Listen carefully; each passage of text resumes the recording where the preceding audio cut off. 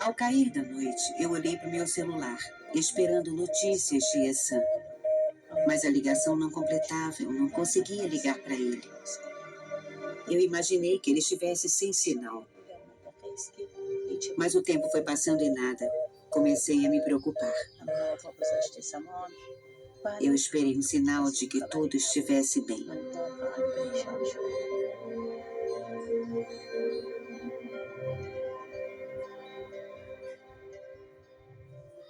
Eu sempre me dei bem com todo mundo, mas eu era mais próxima, especialmente da minha líder no trabalho.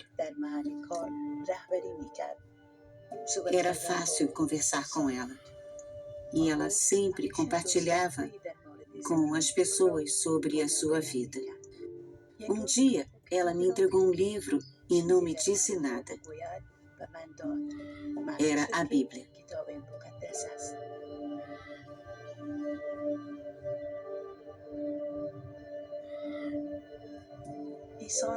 Essan me amava muito. Ele disse: qualquer caminho que quiser seguir, eu lhe seguirei. Eu estarei sempre ao seu lado. Então, começamos a ler as páginas do Velho e do Novo Testamento. Demoramos 6 meses. Encontramos nossa fé e nos batizamos. Esse foi o início da nossa jornada.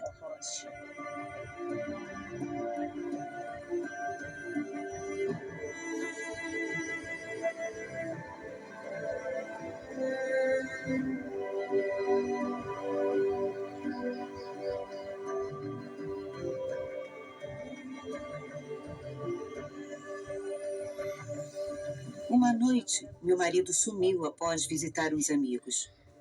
Já estava tarde e comecei a ficar ansiosa, pensando que algo estava errado.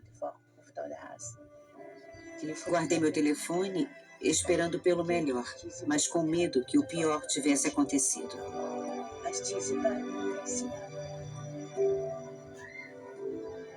Dois dias depois, descobrimos que ele tinha sido assassinado, com sinais de tortura. Eu estava em casa quando recebi a notícia. Meu pai também. Eu entrei em choque e acabei em coma. Quando acordei, já estava de volta em casa. E meu marido já tinha sido enterrado.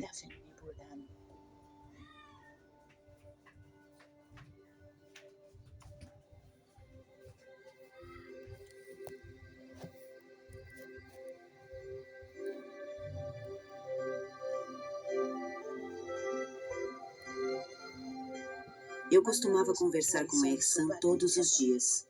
Agora que ele se foi, eu converso com Deus todas as noites. Eu creio que Ele ouve todas as minhas orações.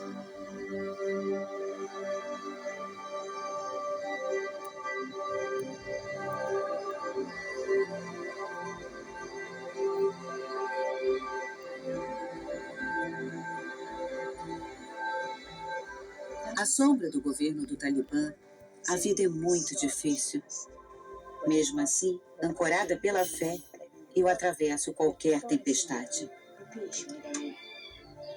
Quando escolhemos o caminho de Cristo, nós entendemos que essa escolha não virá sem tribulações. Mas com a esperança e com as promessas que Deus nos deu, nós perseveramos e continuamos nossa jornada diariamente.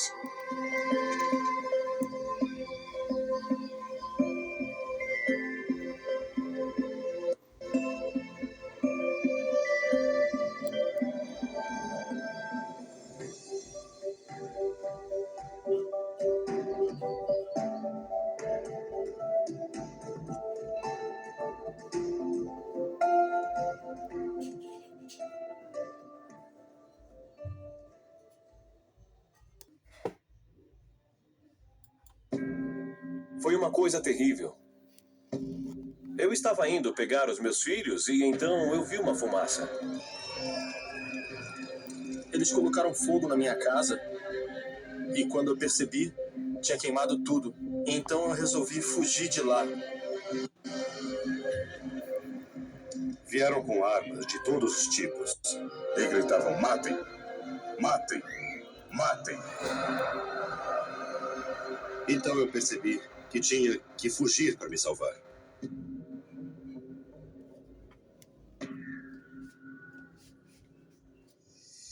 Nigéria. População de 140 milhões de habitantes que cresce rapidamente. 14% da população africana vive no país mais populoso do continente. Economicamente, a Nigéria é uma das nações mais ricas da África. Suas reservas de petróleo são imensas, ficando entre as 10 maiores do mundo. Mas, de acordo com a ONG Human Rights Watch, algo entre 4 e 8 bilhões de dólares foram totalmente perdidos durante os últimos 8 anos.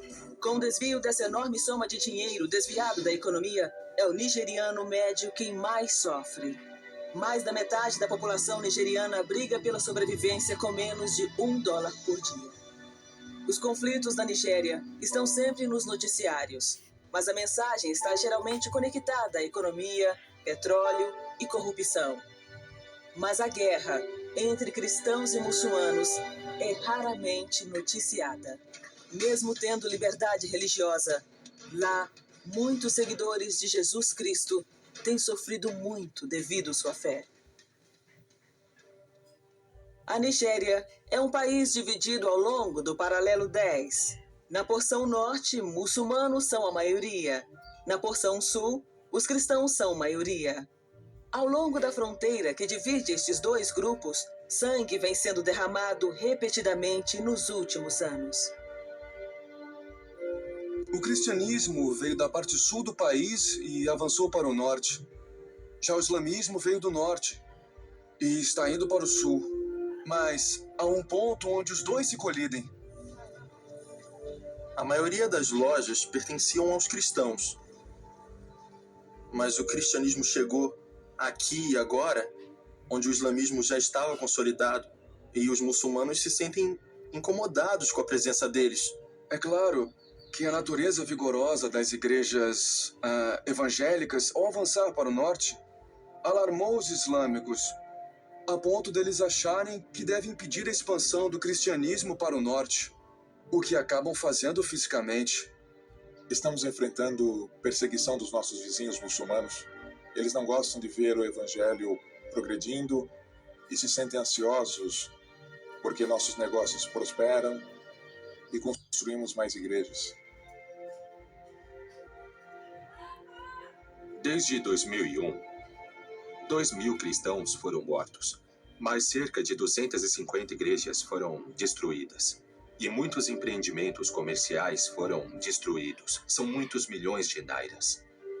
Desde o ano 2000, mais 50 mil pessoas perderam suas casas, desalojadas pela violência.